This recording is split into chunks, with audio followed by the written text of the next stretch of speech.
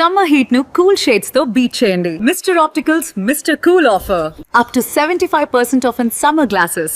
నమస్తే, welcome to Suman TV. నేను మీ Sai Bhairi. T20 India టీంకి కొత్త కెప్టెన్ రాబోతున్నాడా?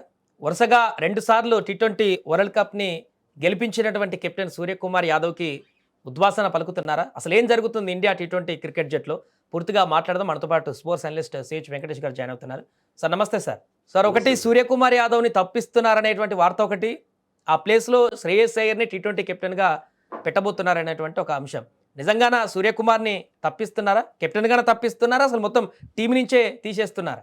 ఒక్కటి మాత్రం నిజం సాయి, ఏంటంటే సూర్యకుమార్ యాదవ్ని ఆ పదవి నుంచి తీసేయడం అది మాత్రం 100% షూర్గా కనిపిస్తుంది మనకి. ఎందుకంటే ఏషియన్ గేమ్స్ కోసం 30 మంది ప్రాబబుల్స్, ఏషియన్ గేమ్స్ సెప్టెంబర్లో జరగాల్సినవి, దాంట్లో క్రికెట్ కూడా ఉంది.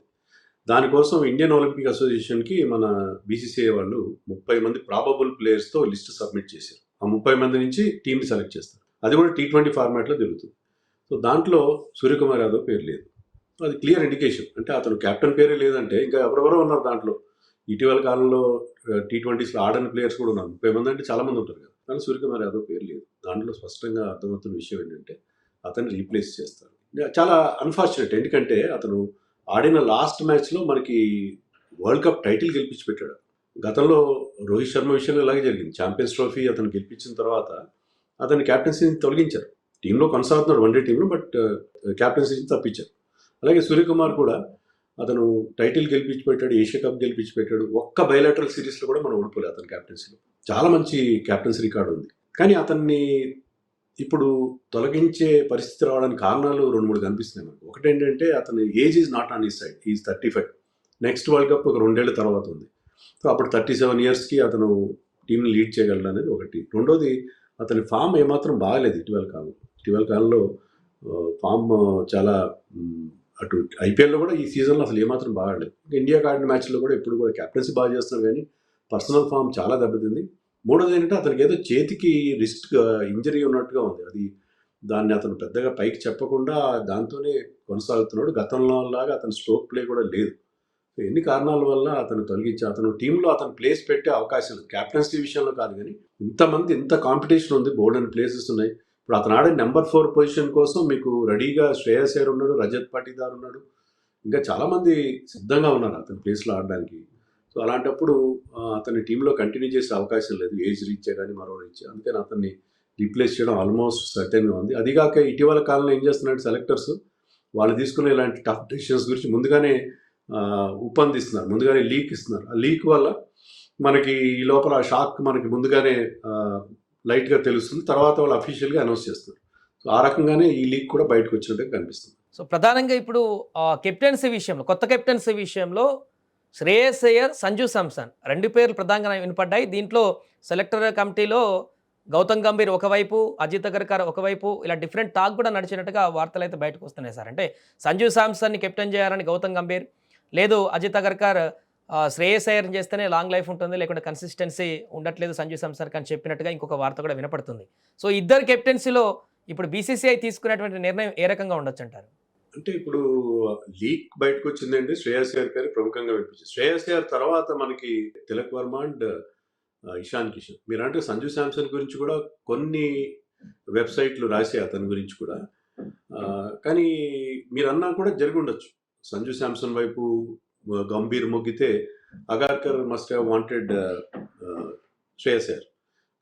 శ్రేయస్ అయ్యర్కి గౌతమ్ గంభీర్కి మధ్య సత్సంబంధాలు లేవు అనేది అందరికీ తెలిసింది, ఓపెన్ సీక్రెట్. ఎందుకంటే కేకేఆర్కి ఇద్దరు కలిసి ఐపీఎల్ టైటిల్ గెలిపించి పెట్టారు 2 ఏళ్ల క్రితం. కానీ దాంట్లో క్రెడిట్ అంతా గంభీర్కే దక్కిందన్న ఒక ఫీలింగ్ ఓపెన్గానే శ్రేయస్ అయ్యర్ ఎక్స్ప్రెస్ చేశారు.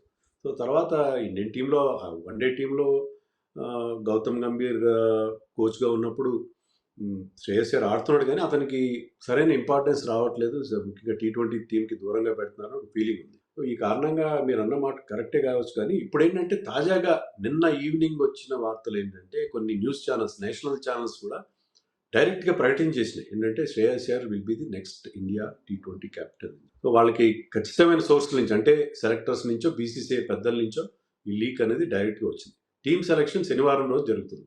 శనివారం రోజు జరిగే ముందే ఆ షాక్, అంటే ఎవరైనా దాని గురించి నెగిటివ్గా అనుకున్నా కూడా ఈ లోపల ఒక జనరల్ ఫీలింగ్ వచ్చింది కాబట్టి ఆ షాక్ని చాలా వరకు అబ్జర్వ్ చేసుకునే అవకాశం ఉంటుందని చెప్పి ఇటీవల కాలంలో this has become a trend.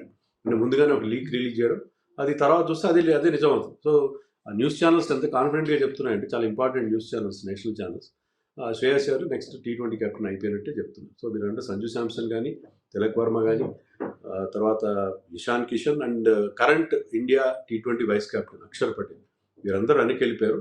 Shreyas గారు ఆల్మోస్ట్ ఇండియా T20 కెప్టెన్ అయిపోయినట్టుగానే మనం భావించాలి. సూర్యకుమార్ యాదవ్ పరిస్థితి ఏంటంటారు సార్? అంటే ఇప్పుడు కంప్లీట్గా ఇంకా T20కి తను దూరం అయిపోయినట్టేనా, లేకుంటే మళ్ళీ గెటాన్ అయ్యేటువంటి అవకాశాన్ని చూడవచ్చా? ఆ ఫామ్ ఒకటే అతన్ని నెగిటివ్గా చూపించడానికి ఉంది తప్ప ఇంకా ఏ విషయంలో కూడా సూర్యని మనం నెగిటివ్గా చూడడానికి లేదు అసలు. అంటే ముందుగా అతను ఇంజరీ నుంచి బయటపడాలి ఒకటి, తర్వాత అతను ఫామ్ ఇంప్రూవ్ చేసుకోవాలి. T20లో ముస్తాక్ అలీలో కానీ, తర్వాత నెక్స్ట్ IPLలో కానీ బాగా ఆడితే మళ్ళీ వచ్చే అవకాశం ఉంది. కానీ అక్కడ కాంపిటీషన్ ఎంత హెవీగా ఉందంటే, అట్ ది ఏజ్ ఆఫ్ 36, 37 మళ్ళీ అతను కంబ్యాక్ చేయాలంటే చాలా అద్భుతంగా ఆడాలి, చాలా అద్భుతంగా. ఇప్పుడు ఎలా అయితే భువనేశ్వర్ కుమార్ 35, 36 ఇయర్స్ ఏజ్లో బ్రహ్మాండమైన IPL బౌలింగ్ చేసి ఇప్పుడు అందరూ everybody is asking Bhuvneshwar Kumar to be in the Indian team.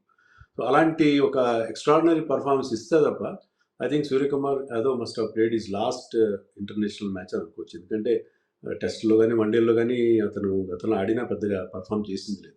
ఆ నేపథ్యంలో ఐ థింక్ అతని కెరియర్, ఇంటర్నేషనల్ కెరియర్ ముగిసిపోయినట్టే మనం భావించాల్సిన పరిస్థితి కనిపిస్తుంది. That is unfortunate.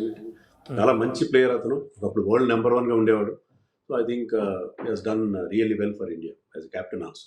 ఫైనల్గా శ్రేయస్ అయ్యర్ కెప్టెన్ ఆల్మోస్ట్ అవుతున్నారని చెప్తున్నారు కాబట్టి మరి గౌతమ్ గంభీర్కి తనకి ఏ విధంగా రిలేషన్ ఉండే అవకాశం ఉంది? రేపు పొద్దున ఇద్దరు ఒకే దగ్గర ఉండాలి, మ్యాచెస్ ఆడాలంటే ఇద్దరు సమన్వయంతోనే ముందుకు వెళ్లాల్సిన పరిస్థితి.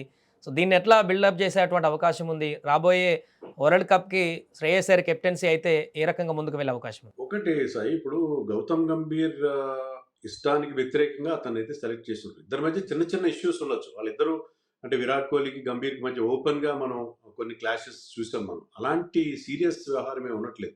చిన్న చిన్న విభేదాలు ఉన్నాయి. అవన్నీ కూడా మ్యూచువల్గా ఇండియన్ టీం కోసం అవన్నీ కూడా వాళ్ళు ఒక మీటింగ్లో అన్నీ సర్దుకుపోయే అవకాశం ఉంటుంది.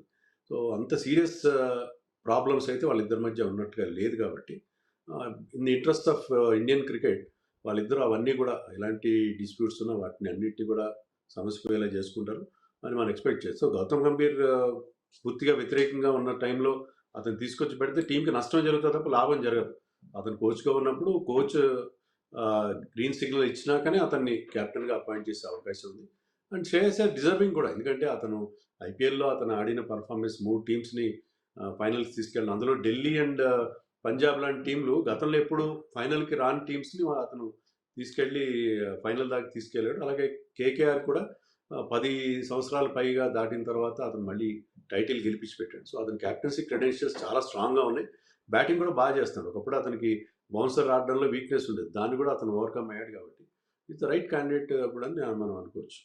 Right sir, thank you so much. అది ప్రస్తుతం ఇండియా T20 కెప్టెన్గా శ్రేయస్ అయ్యర్ని ఎంపిక చేసినట్టుగా వార్తలు అయితే వస్తున్నాయి. ఇంకొక వన్డేనే ఉంది, దాంట్లో అనౌన్స్మెంట్లో అఫీషియల్గా ప్రకటించేటువంటి అవకాశం కనిపిస్తుంది. సూర్యకుమార్ యాదవ్ని తప్పించి పూర్తిగా ఇంకా శ్రేయస్ అయ్యర్ కెప్టెన్సీలో టీమిండియా ముందుకు వెళ్ళేటువంటి అవకాశం అయితే కనిపిస్తుంది.